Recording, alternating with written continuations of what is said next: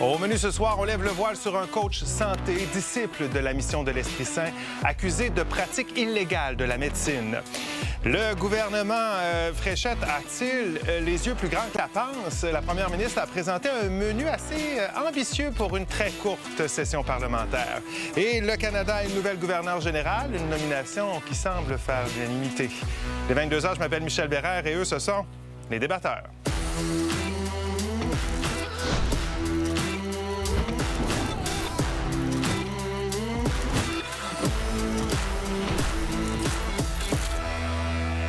Autour de la table ce soir, Jacinthe-Ève, Déborah, Victor, Alain, bonsoir à vous quatre. Bon mardi, très chargé aujourd'hui. On va aller avec les mots de l'actualité. De ce côté-ci, mesdames, Déborah et Jacinthe-Ève. Déborah, on y va avec colère ce soir. Oui, parce que ce dossier d'une simulation d'une décapitation aura finalement eu raison de la colère du ministre du Travail, Jean Boulet, qui va porter plainte au SPVM. Donc, c'est un dossier qui franchit une autre étape. Et j'ai envie de dire, au-delà de la colère qui a clairement dégénéré des manifestants dimanche, mais là, véritablement, c'est la colère du ministre qu'on peut comprendre. Qui s'est senti menacé et l'a bien exprimé. Jacinthe-Ève, étapisme. Oui, le père de l'étapisme, celui qu'on considère comme le père de l'étapisme, Claude Morin, est décédé aujourd'hui à l'âge de 96 ans à Québec. Il a été ministre sous le gouvernement de René Lévesque et on le connaît comme le père de l'étapisme. L'étapisme, c'est quoi? C'est cette idée qu'il a introduite dans les années 70 pour inciter le Parti québécois à prendre d'abord le pouvoir et ensuite proposer un référendum sur la souveraineté du Québec plutôt que d'instaurer immédiatement ou d'annoncer l'indépendance du Québec dès l'élection. Donc, c'est un haut fonctionnaire qui a travaillé longtemps sous 5 premiers ministres différents au sein du gouvernement du Québec. Oui, quelqu'un de marquant dans l'histoire du Québec.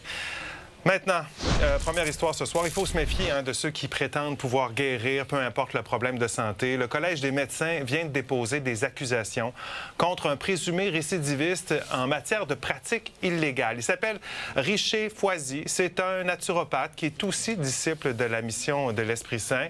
En 2019, il avait reconnu sa culpabilité à 9 chefs d'accusation de pratiques illégales de la médecine. Nouveau Info a été mis sur sa piste il y a un peu plus de 6 mois par des proche d'une patiente de Richer Foisy.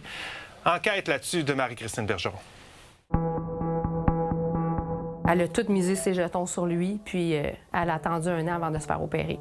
Audrey a vu sa collègue atteinte d'un cancer boire les paroles de Richer Foisy, un naturopathe reconnu coupable en 2019 de pratiques illégales de la médecine. Nous avons reçu plusieurs témoignages par courriel qui corroborent celui d'Audrey.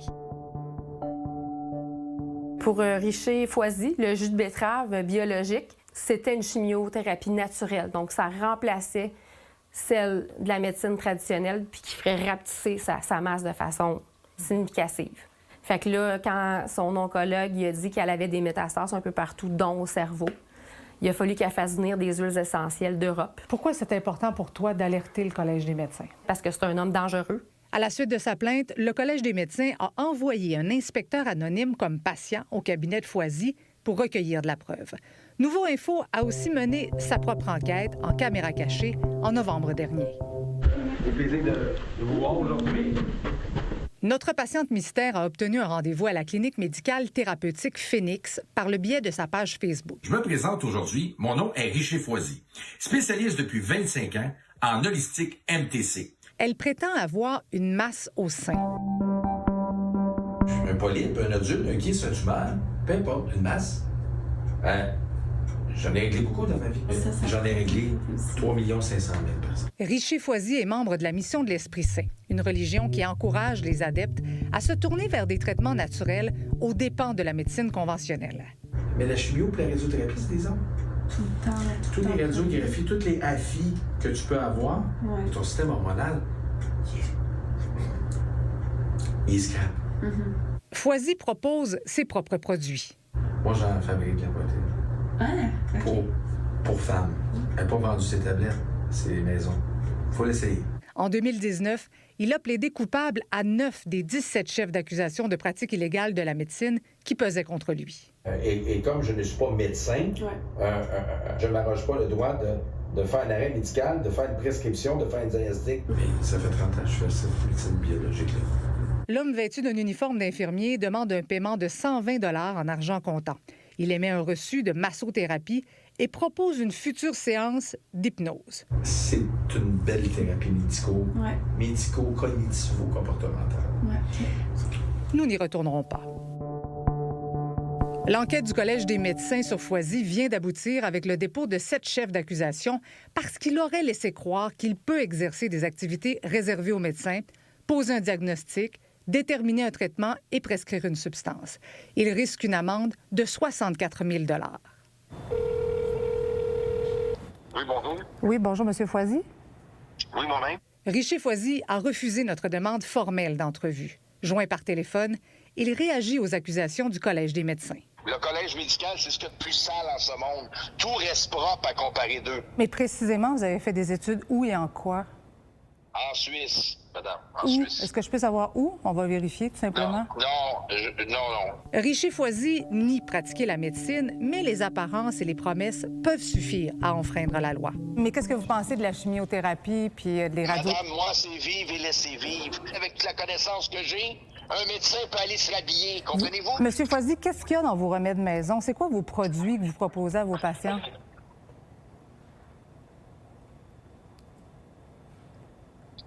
Allô? Je trouve que j'en dis trop. Je vous pose la question une dernière fois. Qu'est-ce qu'il y a dans vos produits maison que vous vendez à vos patients? Je suis pas obligé, je suis pas dans l'obligation, je suis pas en cours. Merci beaucoup de votre temps. Je vous souhaite une bien bonne journée. Au revoir. Ouais, c'est un reportage qui fait réagir. Déborah, Victor, on s'explique mal que cet homme-là ait possiblement été capable de récidiver là, autant de fois. Effectivement, c'est pourquoi on se demande est-ce que ça a pris, parce que c'est pas la première fois, on le présente comme un multirécidiviste, donc c'est pas la première fois qu'il fait l'objet d'une plainte au collège. Potentiel multirécidiviste. Effectivement, merci de la rectification, Michel, mais il avait déjà fait l'objet d'une plainte auprès du Collège des médecins. Là, maintenant, ça revient. Et quand on voit ce reportage avec la caméra cachée, on voit le comportement de la personne. Donc, j'ai envie de dire, ça lève tellement de soupçons sur le nombre de personnes, au-delà du 3,5 millions de personnes qu'il dit pouvoir aider, mais les vies qu'il a véritablement mis en danger avec ses conseils, ses pratiques et ses produits maison dont il parle, ça fait véritablement peur. Parce qu'on parle de gens qui peuvent être atteints d'un cancer, par exemple. C'est quand même des maladies sérieuses. On parle de gens très vulnérables qui sont manipulés.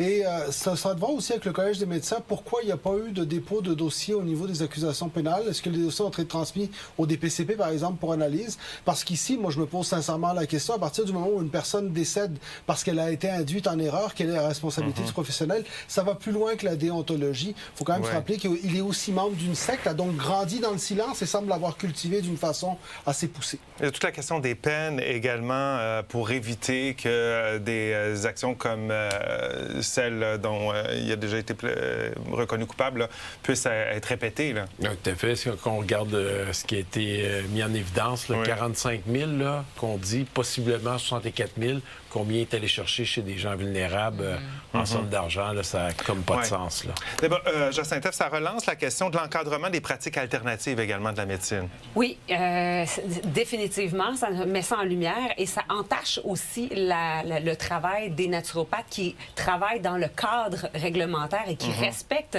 les normes prescrites. Quand il dit qu'il a guéri 3 500 000 personnes, j'ai fait le calcul, en 25 ans de carrière, ça fait 140 000 personnes par année. Et s'il travaille 7 jours sur 7, ça fait 380 personnes par jour. Et on ramène ça à 12 heures par jour. On est à 31 personnes de l'heure. Ça, c'est s'il a travaillé 12 heures par jour, 7 jours sur 7 pendant 25 ans. C'est complètement farfelu. Merci pour les mathématiques. On va parler politique maintenant. C'était jour de rentrée parlementaire à Québec et le gouvernement aura peu de temps pour réaliser tous les projets à son agenda. La première ministre, Christine Fréchette, qui compte s'attaquer à 5 priorités. On les regarde. Il y a le coût de la vie, l'économie, les infrastructures, les services et l'identité, la protection de l'identité québécoise. Résumé de Jean-François Poudrier. Avec notre nouveau gouvernement, le Québec a une nouvelle vision et de nouvelles ambitions. De l'ambition, on peut dire que Christine Fréchette en a beaucoup. Elle a présenté aujourd'hui un programme très chargé pour les 5 dernières semaines de travaux parlementaires pour la session qui se termine le 12 juin. Elle a d'abord l'intention d'agir sur les promesses faites pendant la course à la direction du parti. On pense notamment à des mesures pour aider financièrement les Québécois, rouvrir le PEC pour 2 ans, appliquer la loi 101 sur la formation professionnelle. On sait déjà également que tous les projets de loi de la dernière session seront rappelés. On parle d'une dizaine de projets de loi, notamment celui sur la Constitution. Mais il y a d'autres projets de loi qui vont s'ajouter aussi au cours des prochains jours, notamment un projet de loi pour redécouper la carte électorale qui pourrait faire passer le nombre de circonscriptions au Québec de 125 à 127. Mais le premier projet de loi qui sera présenté demain est tout de même une surprise. On va reconduire pour 5 ans la clause dérogatoire qui protège la loi 96 sur la protection du français, une clause qui venait à échéance seulement dans 1 an. Notre nouveau gouvernement espère que tous les parlementaires seront derrière lui pour défendre nos lois, pour défendre les intérêts du Québec. Ici, c'est l'intérêt supérieur du Québec qui est en jeu. La clause dérogatoire n'est pas un geste, c'est un geste de statu quo, là. On est dans la pure tactique cosmétique pour essayer de piéger les libéraux, de ce que je comprends, là. Je trouve ça particulier que la première priorité porte sur une clause qui va avoir aucun impact sur le quotidien des Québécois demain matin, là. On s'attendait plutôt à ce que le premier projet de loi présenté soit le projet de loi qu'on appelle Gabi-Renault. C'est pour permettre aux personnes de vérifier les antécédents violents de leur conjoint ou conjointe. Depuis le début de l'année, 9 féminicides ont eu lieu. Et je refuse que les femmes soient victimes de violences. Un point, c'est tout. Il faut que ça cesse. Les membres de tous les partis se sont levés pour appuyer cette mesure pendant le discours de Mme Fréchette. La sœur de Gabi-Renault, qui a été tuée par son conjoint violent récidiviste en septembre 2025, était aussi sur place au Salon Rouge. Et ça a été vraiment un moment très, très touchant. La façon que Christine Fréchette, elle a parlé de sa volonté de prévenir les féminicides, de protéger les femmes. Moi, je vais travailler en collaboration. Ça a été vraiment un moment émouvant. Elle a aussi regardé la sœur de Gabi-Renault. Et c'était un beau moment. On sait déjà que les élus devront faire du temps supplémentaire les lundis et les vendredis pour faire avancer ces projets de loi-là au cours des prochaines semaines. On s'attend à ce que tous ne soient pas adoptés à cause du manque de temps, surtout qu'au cours des prochains jours, on devra se pencher d'abord sur l'étude des crédits budgétaires. À l'Assemblée nationale, Jean-François Poudrier pour Nouveau Info. Un mot sur le discours. Est-qu'il était à la hauteur de vos attentes, Alain, Déborah? Moi, pas vraiment. Honnêtement, j'ai l'impression que c'était du réchauffé après son discours, après sa victoire, à son assermentation, présentation des ministres. Et là, on n'a rien appris. Elle a déjà fait plusieurs annonces, donc non. Pas à la hauteur. Je trouvais qu'il manquait également de hauteur. C'est pas une grande oratrice, on va se le dire. Moi, je pense que ça manque de profondeur, mais on est totalement dans l'ADN, j'ai envie de dire, de la CAQ, du pragmatisme. On est dans des promesses qu'on sait qu'ils vont plaire et quasiment électoralistes, mais bien évidemment, ce sont des priorités qu'elle avait déjà nommées et certaines qu'elle rajoute également, vu le contexte. Est-ce qu'elle arrive à se distancier de François Legault, faire une différence? Le ton, pour moi, en tout cas de ma perspective, le ton est le même. C'est clair qu'avec les priorités qu'elle choisit, on se demande comment est-ce qu'elle va y arriver en 5 semaines. C'est à croire qu'elle veut en faire plus que François Legault n'a fait en 8 ans. Ça reste à voir. Donc oui, elle veut s'en dissocier juste avec le rythme. Victor, est-ce que Mme Fréchette fait bien de prioriser le renouvellement de la clause dérogatoire pour protéger la loi 96? C'est un beau coup de jarnac à Charles Milliard. Je trouve ça intéressant. C'est très politique, hein, mais moi, je pense que dans le discours aujourd'hui, elle aurait dû mettre l'emphase sur les priorités pour les Québécois. Je pense pas que pour les Québécois, ce soit une priorité. Là, on parle juste plus d'un geste politique, un bon coup, il faut le dire, mais cette question du coût de la vie, cette question de la loi, par exemple, Gabi-Renault, aurait dû, selon moi, arriver plus vite dans le discours. Oui. Jacinthe Ève, est-ce que tu t'attendais à ce qu'elle s'engage aussi rapidement à donner un nouveau souffle, par exemple, au troisième lien? Non, j'ai trouvé que c'est un des côtés positifs de son discours et de ses sorties aujourd'hui. Elle veut réellement concrétiser rapidement, capitaliser sur cette gaffe de son gouvernement précédent qui, finalement, s'était engagé avance, recul. Donc, c'est franchement intéressant. Attends, toi, de Québec, là, donc, tu dis c'est une bonne chose qu'elle s'engage comme ça sur ce dossier-là. Ça montre le sérieux de sa volonté. Oui. On dit 5 semaines. C'est pas 5 semaines, en réalité, c'est 3 semaines, parce qu'il y en a 2 qui doivent servir au crédit budgétaire. Donc, sincèrement, qu'on voit tout ça, c'est impossible. Okay, c'est quoi le réalisme dans tout ce qui a été présenté sur les projets de loi? 3 projets de loi, c'est un maximum, surtout si elle a l'appui. Donc, la réalité, c'est que moi, je pense qu'aujourd'hui, elle aurait dû se concentrer là-dessus. C'est ça qui est dommage. C'est qu'on a l'impression qu'il y a beaucoup de choses, mais finalement, qu'est-ce qu'on retient? C'est difficile. Oui. Il y a le dossier de la carte électorale. On sait, là, c'est encore pas clair. Elle va avoir un projet de loi qu'elle va présenter prochainement. Et ce qui court dans les coulisses, en fait, de l'Assemblée nationale, c'est que le gouvernement pourrait proposer l'ajout de 2 circonscriptions, ce qui ferait passer de 125 à 127 le nombre de députés à Québec. Est-ce que l'ajout de 2 circonscriptions à la carte électorale, vous êtes pour ou contre cette idée-là? Allez répondre à la question, c'est le débat de 22h30. Passer du temps sur TikTok pour se préparer aux examens du ministère. On vous parle un peu plus tard à l'émission de cette proposition de l'organisme Allo Prof.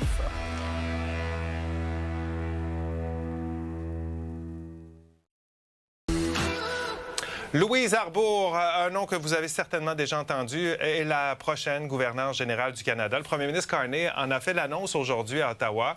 Née à Montréal et parfaitement bilingue, elle a été juge à la Cour suprême. Louise Arbour se dit heureuse de pouvoir célébrer le Canada et ses réussites, mais elle est consciente que le contexte actuel est complexe.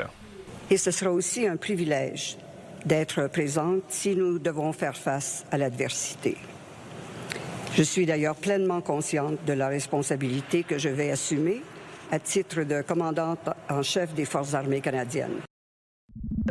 Alors, qui est-elle? Au juste, notre débatteur et avocat en droit constitutionnel, Maître Frédéric Bérard, est avec nous. Salut, Frédéric. Salut, les débatteurs. Tu la connais, tu as travaillé avec elle dans le passé. C'est un bon choix pour le Canada comme gouverneur général? En fait, j'ai donné une conférence avec elle à la Cour d'appel en 2015 sur la Magna Carta, puis on est resté en contact un peu. Moi, je pense que c'est un excellent choix. C'est pas juste un bon choix, c'est un excellent choix. Probablement, c'est même en fait curieux que personne n'y ait pensé avant, en tout cas dans la sphère publique. Louise Arbour, est-ce que tu es surpris qu'elle ait accepté? En fait, honnêtement, oui, un peu, puis je vais te dire pourquoi. Le rôle de gouverneur général, c'est quand même très, très, très symbolique. Hein? Là, tu vois, elle vient de dire, ben, je vais être la commandante en chef des armées. Et c'est vrai selon le texte constitutionnel écrit, mais dans les faits, on sait très bien que c'est le premier ministre qui décide. Donc, oui, je suis surpris parce que c'est un job qui est très essentiellement symbolique, qui est même un peu plate, disons-le franchement, là, si on n'emploie les bons termes. Louise Arbour, c'est quelqu'un d'action qui a été haute commissaire pour les droits de l'homme pour l'ONU, tribunal pénal international. Je veux dire, est-ce qu'elle va vraiment se plaire dans cette espèce de décorum absolu? J'ai des petits doutes, mais peut-être que pour finir une carrière, c'est un symbole qui peut être acceptable et important. Bon. Quand tu as dit c'est un rôle un peu plate, Jacinthe va manquer s'étouffer. Elle va nous expliquer ça tout à l'heure.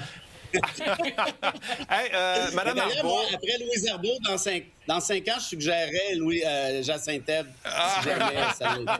Je sais pas si ça va accepter. OK, rapidement, elle a une impressionnante feuille de route. Est-ce qu'une de ses contributions qui t'a particulièrement marqué? Ben moi, ça m'a vraiment touché tout ce qu'elle a fait pour Omar Kader, ses sorties publiques. Quand j'étais allé à Guantanamo, c'est dans ce cadre-là qu'on était resté en contact, notamment. C'est Madame droits fondamentaux au Canada, à l'international. Il y en a très peu à l'échelle planétaire qui ont cette réputation-là. A été juge à la Cour suprême du Canada, toujours là pour défendre les droits des minorités. Franchement, c'est une femme absolument remarquable et drôlement utile, particulièrement dans un contexte qui est essentiellement difficile d'un point de vue démocratie et liberté publique essentiellement. Oui, c'est ça. Il n'y a pas de hasard. Elle arrive à un moment particulier dans tout l'équilibre géopolitique en ce moment. Merci beaucoup, Frédéric. On se retrouve certainement un peu plus tard cette semaine. On te donne des nouvelles demain. Bon débat, amusez-vous. Moi, je suis pour les 2 comtés de plus. Bye. OK. Tiens, il fallait qu'il s'en mêle. Merci, Frédéric. On est très contents. Ça, c'est pour le débat de tout à l'heure. OK, Alain.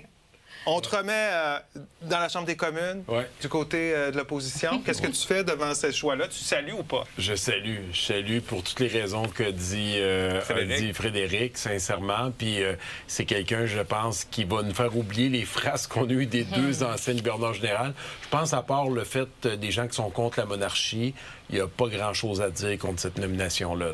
La nouvelle gouverneure qui se devait d'être bilingue, ça, c'était... Ce n'était même pas une option. Non, non, c'était le minimum, hein, et une chance que ce soit fait. Mais ce que je trouve particulier, c'est justement le message que le Canada passe aussi à l'international. De nommer une ancienne juge de la Cour pénale internationale dans l'époque que l'on vit, c'est un symbole extrêmement fort sur qu'est-ce qu'est le Canada, justement. Et je pense que ça a dû influencer le choix de Mme Arbour, parce que le moment est aussi important que la nomination. C'est un symbole important, mais on dit aussi que ce rôle-là, c'est symbolique.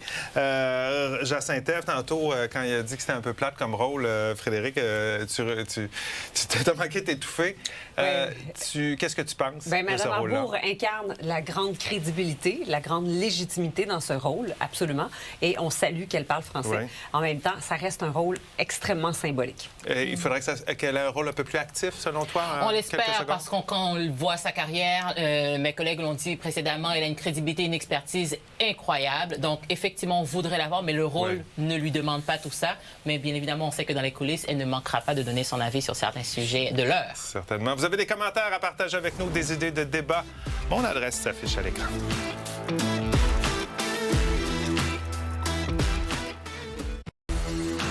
Les examens du ministère, ça commence bientôt, en fait, dans quelques jours. Et pour aider les élèves du secondaire à réviser, l'équipe d'AlloProf va les rejoindre où ils sont, en fait, sur TikTok, YouTube.